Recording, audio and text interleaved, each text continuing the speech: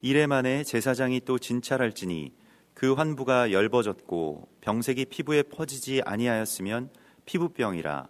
제사장이 그를 정하다 할 것이요 그의 옷을 빨 것이라. 그리하면 정하리라. 그러나 그가 정결한지를 제사장에게 보인 후에 병이 피부에 퍼지면 제사장에게 다시 보일 것이요 제사장은 진찰할지니 그 병이 피부에 퍼졌으면 그를 부정하다 할지니라. 이는 나병임이니라. 사람에게 나병이 들었거든 그를 제사장에게로 데려갈 것이요 제사장은 진찰할지니 피부에 흰 점이 돋고 털이 휘어지고 거기 생살이 생겼으면 이는 그의 피부에 오랜 나병이라. 제사장이 부정하다 할 것이요 그가 이미 부정하였은즉 가두어 두지는 않을 것이며 제사장이 보기에 나병이 그 피부에 크게 발생하였으되 그 환자의 머리부터 발끝까지 퍼졌으면 그가 진찰할 것이요 나병이 과연 그의 전신에 퍼졌으면 그 환자를 정하다 할지니 다 희어진 자인즉 정하거니와 아무 때든지 그에게 생살이 보이면 그는 부정한즉 제사장이 생살을 진찰하고 그를 부정하다 할지니 그 생살은 부정한 것인즉 이는 나병이며 그 생살이 변하여 다시 희어지면 제사장에게로 갈 것이요 제사장은 그를 진찰하여서 그 환부가 희어졌으면 환자를 정하다 할지니 그는 정하니라. 아멘. 우리가 이번 주에 이 타즈리아의 말씀을 통해서 여인의 해산이라고 하는 그 교회의 사명을 우리가 봤습니다.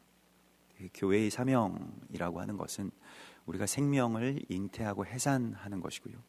또 더 나아가서는 이 계시의 구속사적인 어떤 전체적인 온 교회의 사명이 무엇이냐면 물론 한 사람 한 사람을 전도하고 생명으로 이끌어들이는 것 그것이 이제 교회의 첫 번째 사명입니다마는 더 나아가서 요한계시록에서 보면 그 여인이 해산을 하는데 그것이 곧 오실 구주 그리스도 예수와를 해산한다는 겁니다. 그런데 그 예수와를 해산한다라고 하는 이 개념을 카톨릭에서는 그 마리아에게 그 여신에게 그냥 주어버렸기 때문에 교회가 예수님을 해산하는 어떤 그 해산하는 산모의 그 사명을 받았다라고 하는 것을 그렇게 생각하지 않습니다. 그리고 종교적으로 예수님을 그렇게 믿게 되면 예수님이라고 하는 그 존재가 하나님의 아들이 2000년 전에 오셨고 지금도 하나님 우편에 앉아 계시다가 다시 이 땅 가운데에 그냥 구름 타고 오시면 되는데 교회가 또 무슨 뭘 해산하는 거냐 뭐 이렇게 반문할 수도 있겠습니다. 근데 우리가 그리스도 예수와를 해산한다라고 하는 것은 예수님의 존재를 새롭게 우리가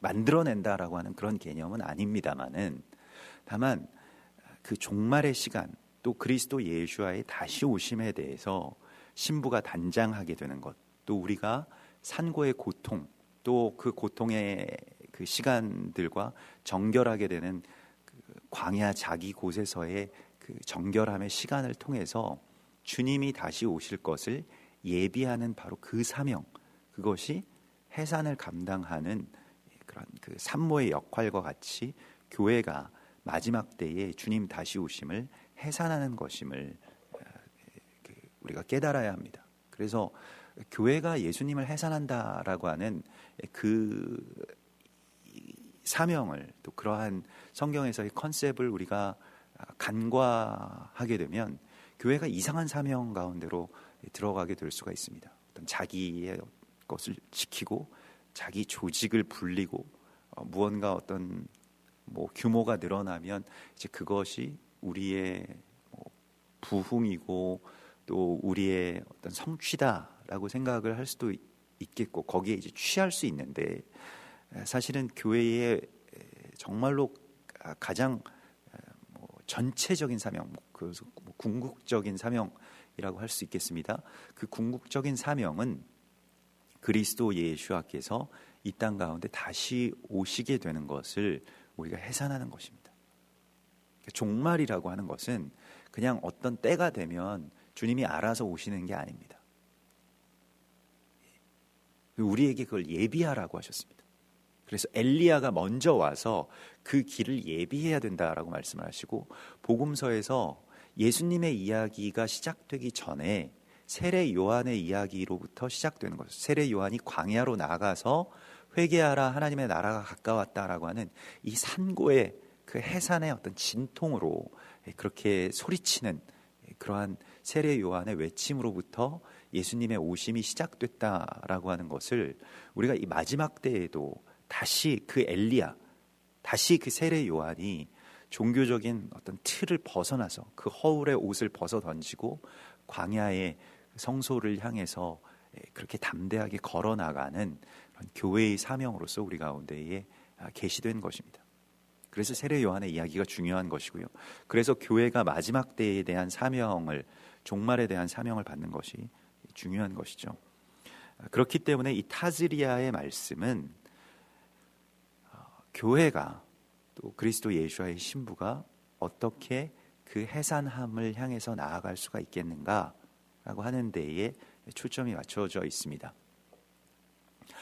또 그것은 이제 정함과 부정함이라고 하는 어떤 그 관계 안에서 부정한 이 여인, 그 부정한 여인의 어떤 첫 번째로서 우리가 생각했던 부정하다라고 하는 것은 뭔가 좀 죄를 많이 지었거나 아니면 정결치 못한 것을 먹었거나 그러한 것에서 부정함이 나올 것 같은데, 의외로 아이를 해산한 후에 여인은 부정하다라고 하는 말씀을 주심으로써 부정이라고 하는 것에 대한 개념을 완전히 흔들어 버립니다. 그러니까 부정은 우리가 뭘 실수하거나 우리가 갖고 있는 어떤 허물이 아닌 것이죠. 그럼 부정이라고 하는 것이 무엇이냐라고 하면 우리가 어제도 나누었던 것과 같이 정결함을 향해서 나아가게 되는 그 갈망을 말하는 것입니다. 그러니까 정결함을 향해서 그 부정한 자가 그 부정을 깨닫고 각성하게 되는 것. 그래서 이것은 부정함이구나. 내가 정결함을 향해서 나아가야 되겠구나라고 하는 그 정결함의 회복, 그 회복에 대한 갈망을 갖게 되는 것을 부정이라고 말하는 것입니다. 정결함은 무엇이냐? 정결함은 완전하거나 아니면 죄가 없고 흠이 없고 이러한 것일 수도 있겠습니다만은, 정결함이라고 하는 것은 다시 하나님께로 가까이 갈 상태가 되었다. 이게 정결함입니다. 그래서 이 부정의 회복이라고 하는 것과 정결의 시작이라고 하는 것은 연결되어 있습니다. 우리가 지난주에 그 쉐미니라고 하는 말씀을 보아서 그 영혼에 대해서 우리가 알고 있지 않습니까?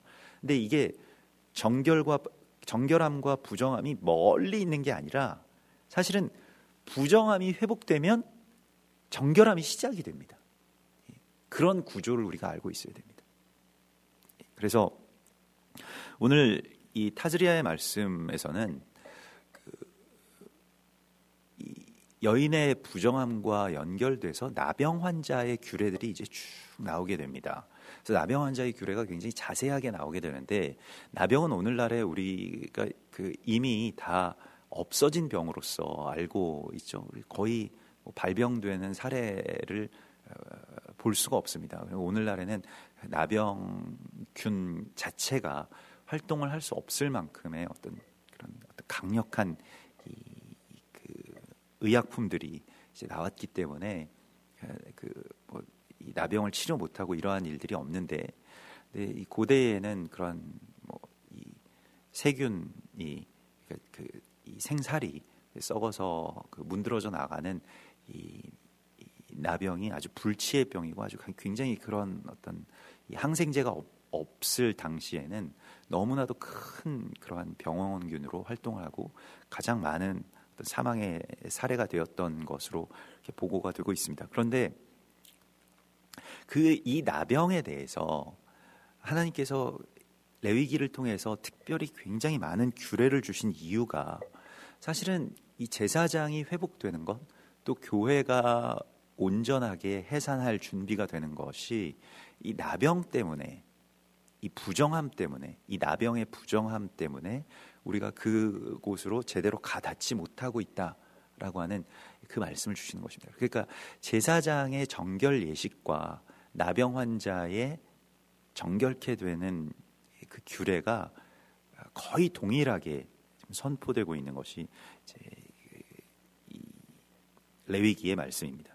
그래서 단순한 어떤 피부병인지 또 아주 심각한 나병인지에 대한 어떤 진찰을 제사장이 감당하라라고 이렇게 말씀을 하시면서 제사장이 나병에 대한 진단부터 나병에 대한 그 치료와 회복 그리고 정결하게 되는 선포까지 다 감당하게 되는 것이 이 나병이었습니다. 그러니까 나병은 제사장의 사명이라고 할 수가 있겠습니다.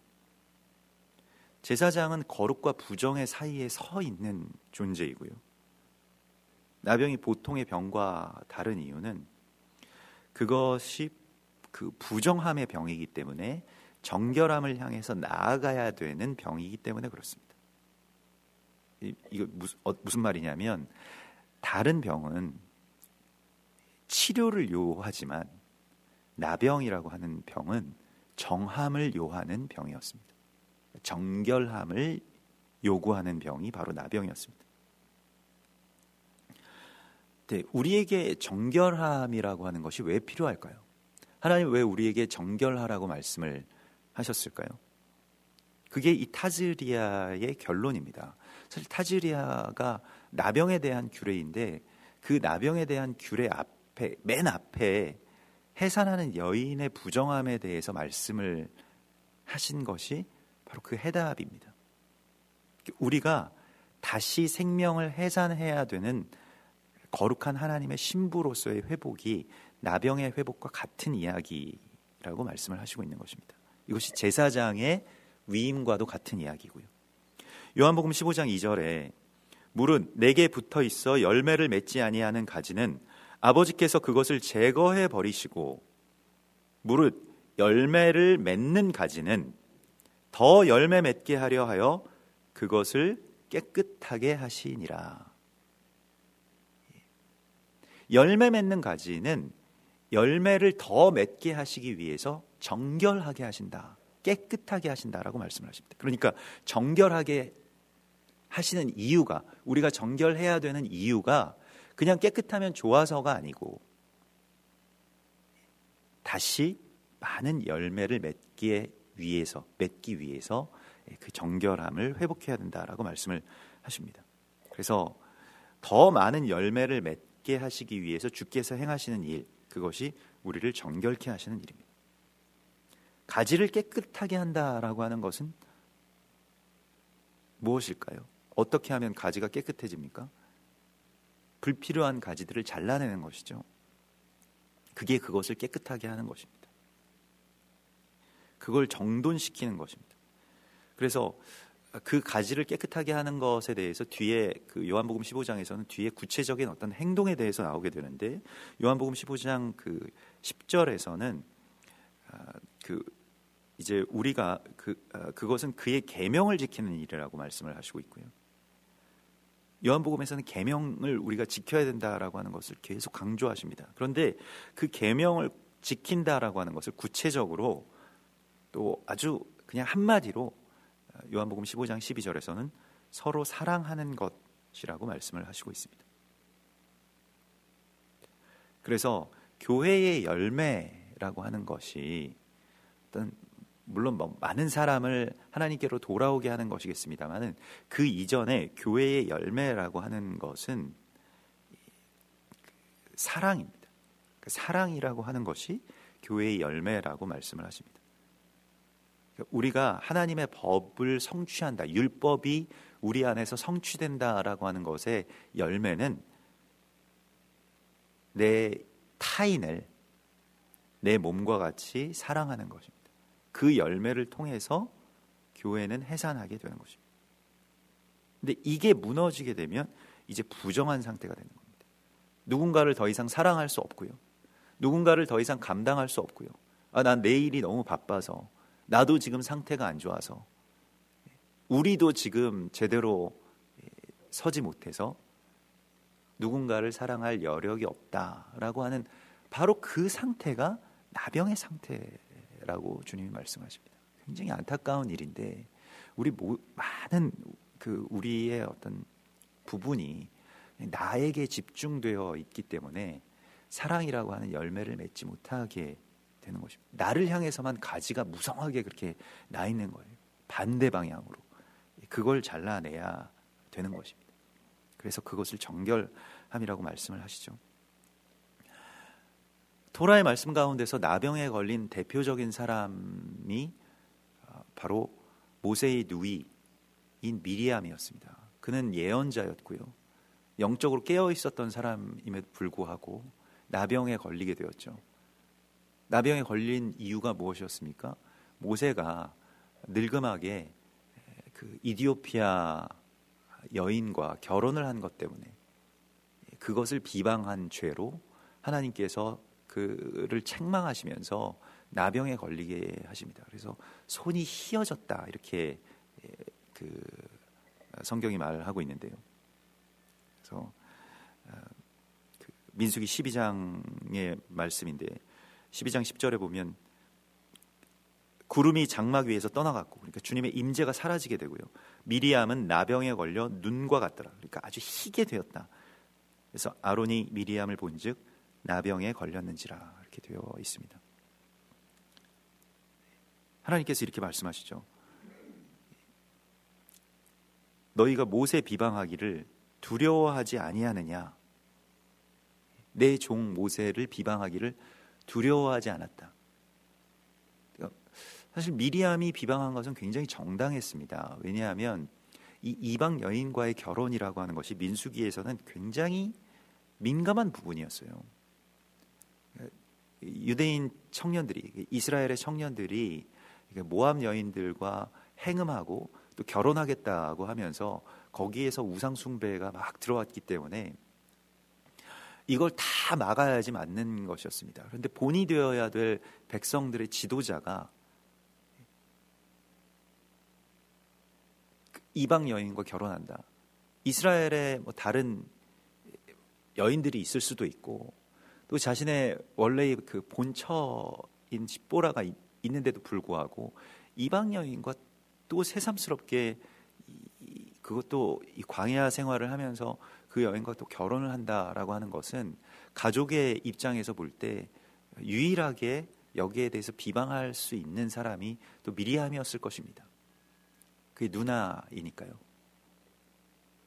인생의 어떤 경험상으로는 그 말이 맞습니다만은 하나님의 역사하심 안에서는 모세가 이방 여인과 결혼하는 것 자체가 한 세 사람의 어떤 그런 깊은 그 비밀들을 간직하고 있기 때문에 그것을 비방한다라고 하는 것은 그 사람의 생각으로, 사람의 짧은 어떤 식견과 판단으로 하나님의 뜻을 비방하고 정죄하는 것이고, 특별히 이것은 한 세 사람의 연합을 파괴하는 것이기 때문에 우리가 혼합과 연합이라고 하는 것에 대한 그 기준은 늘 하나님께만 있습니다. 사람이 그것을 세울 수 있는 게 아닙니다.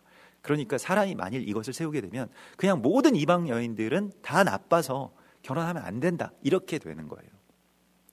이스라엘 백성들이 나중에 예루살렘을 강도의 소굴로 만든 이유도 그것입니다. 이방인들과 접촉하면 늘 나쁜 일이 생겨요. 이방인들과 접촉하면 늘 우상 숭배가 들어올 수 있기 때문에 아예 우리가 접촉하지도 말자, 겸상하지도 말자. 근데 하나님께서 연합하라고 말씀하셨거든요. 그리스도 예수 안에서 하나님을 향해서 한 마음으로, 한 형제로 함께 그렇게 나아가야 되는데 아예 그거 하지 않아야 된다라고 말하는 것이 바로 나병입니다. 나병은 어제도 말씀드렸던 것과 같이 분리의 질병입니다. 서로를 미워하고 의심하게 되는 것이고요, 비방하게 되는 것이죠. 나병은 우리가 나중에 또 이 뒤에 나오는 토라 포션에서는 이게 메쪼라라고 하는데, 이 메쪼라는 짜라아트에서 나온 것이고, 이 뭐 짜라아트라고 하는 것은 치다 혹은 비방하다라고 하는 그러한 말의 어원과 연결되어 있습니다. 그러니까 나병은 비방의 병입니다. 모세가 이방 여인을 아내로 맞은 것은 한 세 사람의 깊은 비밀에 대한 순종이었는데요. 그가 구스 여인과 결혼한 것은 그냥 개인으로서가 아니라 하나님께서 이 이방을 특별히 이 한 세 사람의 역사를 이루시겠다라고 하는 어떤 그런 선포를 주신 것이죠. 나병이라고 하는 것은 하나님 뜻보다 내 뜻을 앞세워서 형제를 비방하는 병입니다. 이것을 우리가 정말 깊이 주의해야 됩니다. 이것은 명백한 지체의 파괴 행위이고요. 교회와 공동체 안에 있는 험담의 영을 추방해야 됩니다. 그 추방이라고 하는 것은 그래 그 사람 정말 추방해야 돼 이것이 아니라 내 안에 있는 이 험담의 영이 있습니다. 나병이 있는 것이죠. 우리가 그것을 깨달아야 됩니다. 저도 제 자신을 감찰해 보면 제 안에 있는 이 나병, 그것을 왜 이전까지 괴로워하지도 못했던가, 그걸 왜 내가 자각하지도 못했던가라고 하는 어떤 그런 안타까움이 있습니다. 때로 어떤 사람들은 험담을 즐기기도 하죠. 그것을 굉장히 정당한 자기 의로 생각하기까지 합니다. 그런데 누군가를 우리가 비방한다라고 하는 것은 자신의 정당함을 나타내기보다는 자신의 나를 치명적인 병원균, 그 나병의 병원균에 노출시키는 일과 같습니다. 그래서 성경은 이 비방의 습관을 벗어버리라고 말씀을 하십니다. 골로새서 3장 8절에 이제는 너희가 이 모든 것을 벗어버리라. 곧 분함과 노여움과 악의와 비방과 너희 입에 부끄러운 말이라. 그 어떤 것에 대해서 또 어떤 사람에 대해서 막 분노가 치밀어 오르고 그것 때문에 막 내가 악담을 하게 되고 비방하게 되고 그게 그래도 분이 안 풀리잖아요. 우리가 자기 의에 사로잡혀 있으면 그 비방의 영에, 그 비방의 나병에 우리가 걸린 겁니다. 근데 그런 일이 뭐 어떤 특정한 사람에게만 나타나겠습니까? 우리 모두에게 있는 일이죠. 이것을 벗어버리라고 말씀하십니다. 우리가 나병에 걸렸다. 실제로 우리가 지금 상황에서 나병에 걸렸다고 하면 어떻게든 치료받고 싶을 거예요. 무슨 일을 해서라도 치료를 받고 싶어 할 터인데 나병에 걸린지 모르기 때문에, 이게 뭔지 모르기 때문에, 이 비방이 얼마나 무서운 질병인지를 모르기 때문에, 그리고 이 비방으로 말미암아서 사단이 얼마나 강력하게 자기들의 힘으로 역사할 수 있는지를 우리가 모르기 때문에 쉽게 그냥 비방해 버린다는 겁니다. 험담하고 아무나 붙잡고 누구 욕하고 이런 일들이 우리 안에서 있는 것에 대해서 굉장히 두려워해야 됩니다.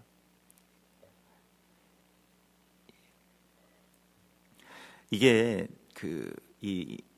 그래서 그 갈라디아서 5장 20절에서는 어떻게 말씀하시냐면 우상 숭배와 주술과 원수 맺는 것과 분쟁과 시기와 분냄과 당짓는 것과 분열함과 이단과 투기함과 술 취함과 방탕함과 또 그와 같은 것들이라. 전에 너희에게 경계한 것 같이 경계하나니 이런 일을 하는 자들은 하나님의 나라를 유업으로 받지 못할 것이라고 말씀을 하십니다. 우상 숭배나 이단, 거의 같은 말로 누구를 시기하거나 분내거나 당을 짓는 것에 대해서 경계하고 있습니다. 하나님의 일을 가로막는 이 육체의 현저한 일이 분리의 나병이라고 말씀을 하십니다. 그래서 제사장의 사명은 백성들의 속죄를 위한 제사를 드리는 것이기도 했지만 그것만큼 중요한 사역이 바로 나병 환자를 진단하고 보살피고 또 그를 케어하는 일이었습니다. 그래서 그 제사장이 나병인지 아니면 단순한 피부병인지를 진단하는 그 진단의 기준이 그 오늘 이 본문의 말씀에서는 첫 번째로는 희게 되었다라고 하는 것이 기준이 됩니다. 그러니까 이 환부가 나병이 발병한 것 같은 그 피부의 이 표면이 희게 되었으면 그러면 이게 나병인지 이렇게 되어 있거든요. 야곱을 오랫동안 괴롭혔던 삼촌 라반의 이름이 희다라고 하는 라반이었습니다. 그러니까 라반의 이름 뜻이 희게 되다라고 하는, 이 나병으로 희게 되다라고 하는 그러한 뜻입니다. 그 사실 자기 피부치 아닙니까? 자기의 그런 조카를 속여가지고 그를 오랫동안 그렇게 종처럼 부리는 그 라반, 그리고 나중에도 막 그렇게 추격해서 그 야곱을 추격해서 야곱이 가져간 걸 빼앗으려고 하는 이 삼촌 라반의 어떤 이 분리의 마음, 이것이 바로 희게 된 그런 나병의 모습이죠. 원래 그 희게 되다라고 하는 이 라반이라고 하는 말은 그 벽돌을 굽다라고 하는 그런 뜻에서 나왔다고 합니다. 이 벽돌을 굽는다라고 하는 것이 이 애굽에서 이스라엘 백성들이 종살이할 때 하던 주된 일입니다. 벽돌 굽는 일을 했죠. 사실 벽돌이 하얗게 구워지면 그걸 꺼내서 사용하는 것이 애굽의 피라미드였습니다. 그러니까 우리가 아담의 속성은 붉음이죠. 그러니까 붉은 피, 그리스도 예수와의 피, 주님의 마음을 품고 사랑하면서 살아가는 우리의 이 붉은 속성이 벽돌에 이 가마에 넣어져서 구워지면 희게 창백하게 된다, 희게 된다, 벽돌이 구워진다.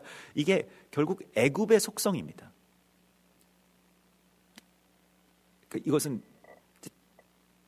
뭐 다른 사람과 우리가 연결되어 있고 뭐 인정을 베풀고 서로 뭐 같이 함께 아파하고 이런 거 다 이제 다 끊어내고 그냥 딱딱 규격화돼서 한 개인으로 그래서 구워가지고 자기들의 피라미드를, 거대한 피라미드를 만드는 이러한 일을 하게끔 만들죠. 그래서 하얗게 된다라고 하는 이 나병의 기준이 인본주의에 둘러싸인 채로 그 애굽에서의 어떤 삶으로 다시 우리가 돌아가게 되는 것이고요. 자기 개인으로 다시 돌아가게 되는 것을 말씀을 하고 있죠. 그래서 정말로 그 애굽의 벽돌 가마를에서 희게 되는 그 벽돌처럼 그렇게 살아가지 말고 그 출애굽이라고 하는 것은 이렇게 희게 되는 것에서 빠져나오는 것을 말씀을 하고 있습니다. 그리고 나중에 애굽의 피라미드가 규격화된 벽돌로 제단을 쌓는 것이라고 한다면 하나님의 제단은 신명기 27장 6절에 보면 너는 다듬지 않은 돌로 내 하나님 여호와의 제단을 쌓고 그 위에 내 하나님 여호와께 번제를 드리라고 말씀을 하십니다. 다듬지 않은 돌과 벽돌의 대결입니다. 그러한 그 비교를 우리가 보아야 되는데요. 이스라엘 백성들은 규격화된 벽돌을 잘 만드는 사람들이었습니다. 그런데 거기서 빠져나오게 하셔가지고 다듬지 않은 돌이라고 말씀. 다듬지 않은 돌이 무엇입니까? 여기서 다듬지 않았다라고 하는 히브리어가 뭔지 아십니까? 살렘입니다. 샬롬에서 나온 말입니다. 샬롬이라고 하는 것은 다듬지 않는 것입니다. 다른 사람들 다 내가 쳐가지고요, 내 망치로 내 기준으로 쳐가지고 내 마음에 들면 여기에 들어오고 안 들면 못 들어오고, 이게 아니고 그냥 그런 대로 같이 맞추는 거예요. 다듬지 않은 돌을 쌓아서 제단을 만들려면 그것과 맞는 돌들을 또 찾아서 하나씩 쌓아 올리는 겁니다. 실은 지금 우리가 이 예루살렘 이 서쪽 벽, 남아있는 서쪽 벽은 나중에 이제 그 이슬람 군대가 들어와서 세운 벽이고, 그렇게 그것도 막 이렇게 다듬은 돌은 아닙니다만은 그 밑에 있는 원래 솔로몬 시대에 세웠던 그 성벽 그 지하에 그 터가 남아있는데 거기에 들어가 보면 다 그냥 원석을 가져다가 거기다가 놓고 또 그것과 맞는 돌을 옆에다가 이렇게 연합시켜 가지고 그 제단, 그 성을 세워 나간 모습을 우리가 보게 됩니다. 제단도 마찬가지고요. 다듬지 않은 이 샬롬의 돌을 세워 나가라고 말씀을 하십니다. 왜 내 생각이랑 꼭 맞아야 되는지, 내 기준에 부합해야 그렇게 구워서 완전히 다 창백하게 만들어서 그것을 세우려고 하는지에 대해서 성경은 그것을 거부하고 빠져나오라고 말씀을 하십니다.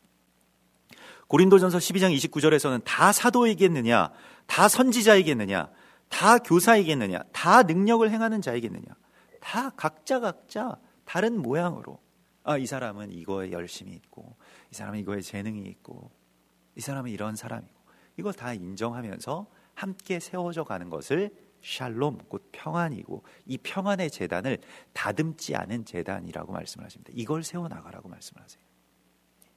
다 똑같은 사람일 필요가 없습니다. 그리고 이제 오늘 10절의 말씀에서는 피부에 흰 점이 돋고 털이 휘어지고 거기 생살이 생겼으면 이는 피부에 오랜 나병이다. 여기서 생살이라고 하는 말이 이제 바사르, 우리가 어제도 나누었던 것과 같이 그 생살이라고 하는 것이 이제 육체가 되었다라고 하는 뜻입니다. 그러니까 성령이 떠난 상태, 육적인 삶, 육적인 욕망으로 그렇게 살아가는 상태를 이제 나병이라고 말씀을 하고 있는 것이죠. 근데 이 13장 13절의 말씀이 이제 우리에게 좀 이슈가 되는 말씀인데요. 나병이 과연 그의 전신에 퍼졌으면 그 환자를 정하다 할지니 다 희어진즉 정하거니와, 이렇게 되어 있습니다. 갑자기 이런 말씀이 나오니까 저는 이거 잘못 읽은 줄 알았어요.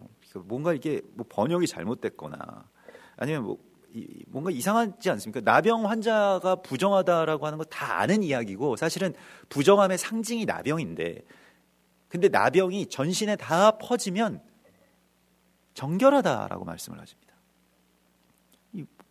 무슨 말씀이? 전신에 나병이 다 퍼졌으면 가장 부정한 상태인데 이게 이제 정결하다라고 말씀을 하시고 있습니다. 굉장히 이상한 말씀이죠. 그래서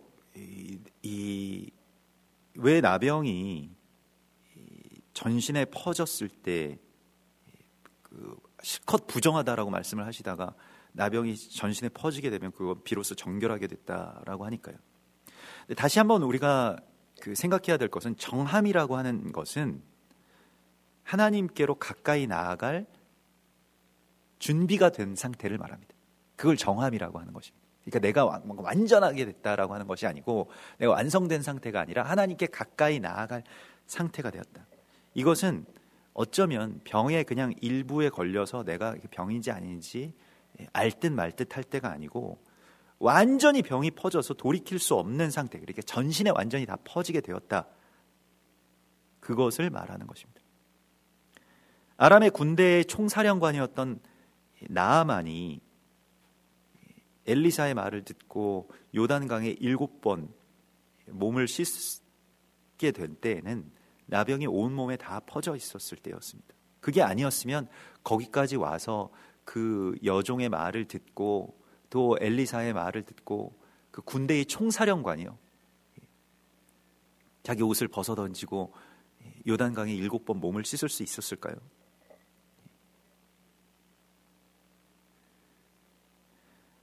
완전히 희게 되었다라고 하는 것은 내가 완전히 죽게 되었구나라고 하는 것을 이제 깨닫게 되는 것입니다. 죽을 수밖에 없다라고 하는 자각에서만 우리는 구원자이신 예수와 앞에 나아갈 수 있습니다. 요단강에 7번 몸을 담글 수 있는 상태가 된다라고 하는 것은 육체적인 가능성이 하나도 남아있지 않을 때입니다.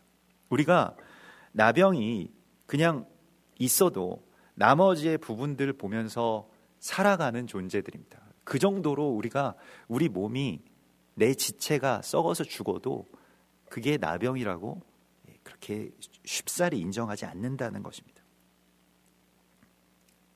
거듭나려면 일단은 죽어야 되죠. 나병은 우리의 육체의 죽음의 확정까지 우리를 데리고 갑니다. 완전한 멸망, 완전히 망하게 되었다라고 하는 그 자각에서 우리는 다시 정함을 회복하게 됩니다. 사실 여기에 놀라운 정함의 비밀이 있는 거예요. 이사야가 사명을 받았을 때가 언제입니까? 이사야가 이렇게 말했을 때였습니다. 화로다 나여 망하게 되었도다, 죽게 되었도다.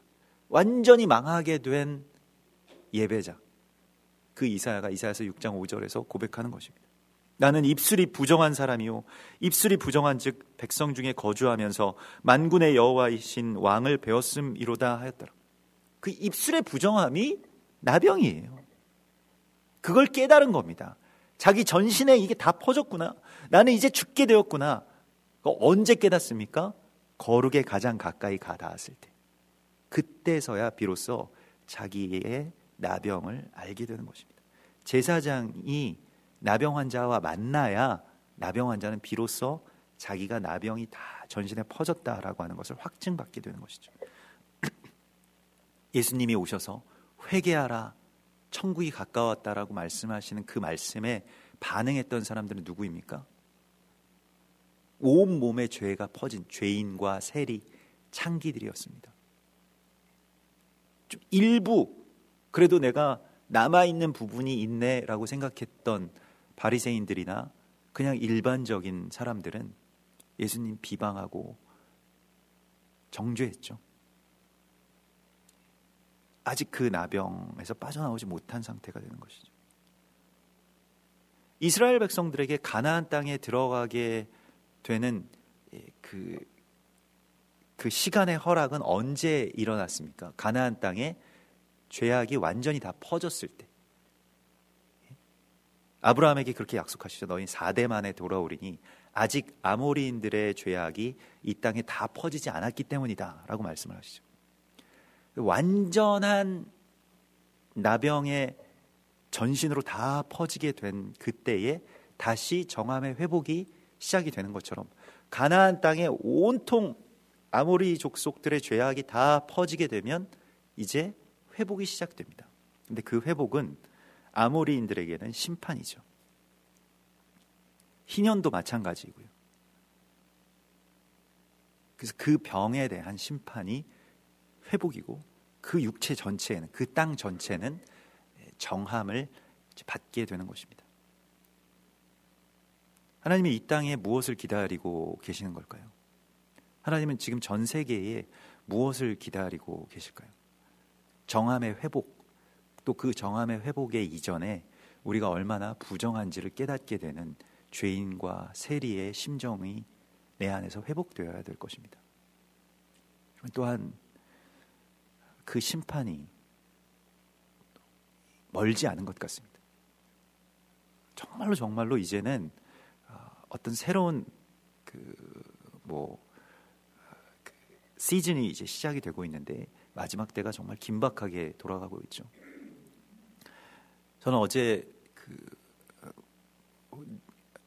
그 뉴스를 기다렸는데 일본이 새 연호를 발표하는 일이었습니다. 그래서 일왕이 역사상 유례 없이 생전에 왕위를 바꾸면서까지 연호가 바뀌게 됐죠. 이 연호라고 하는 것은 자기들이 그 시대를 규정하는 것입니다. 그래서 그 전에 지금 물러난 이 일왕은 굉장히 의로운 왕이었죠.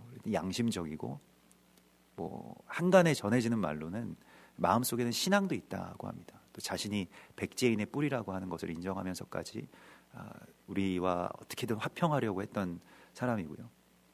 많은 정치인들이 야스쿠니 신사를 참배함에도 불구하고 한 번도 자기 생전에 야스쿠니에 가지도 않았던, 그것 때문에 많은 비난을 받았지만 굉장히 좀 의롭고 어진 왕이었습니다. 그 시대를 헤이세이 시대라고 불렀죠. 이제 그 평성이라고 하는, 평화를 이룬다. 그래서 그 세대가 일본 역사에 유일하게 전쟁이 없이 지나간 세대입니다. 근데 그 세대를 그냥 종결해 버렸어요.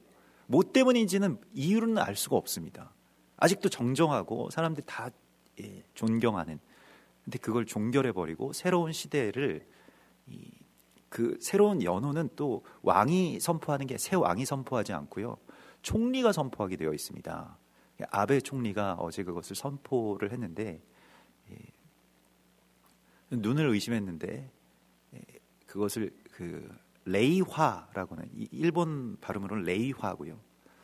그래서 그것도 아주 유례 없이 어떤, 보통은 이제 중국의 고사에서 역사 고사 책에서 이제 그 연호를 따왔는데 유례 없이 일본의 어떤 전해지는 그런 자기네들의 책에서 앞 글자 2개를 따서 그렇게 만든 글자라고. 그래서 우리가 마음을 합해서 꽃을 피운다 이런 뜻이라고 이렇게 해석을 해놨습니다만은, 레이화라고 하는 것을 그냥 한자로 읽으면 령화가 됩니다. 이 령이라고 하는 것이 무엇이냐면 군대에서 명령을 내린다는 뜻입니다. 그러니까 명령의 그 령자예요.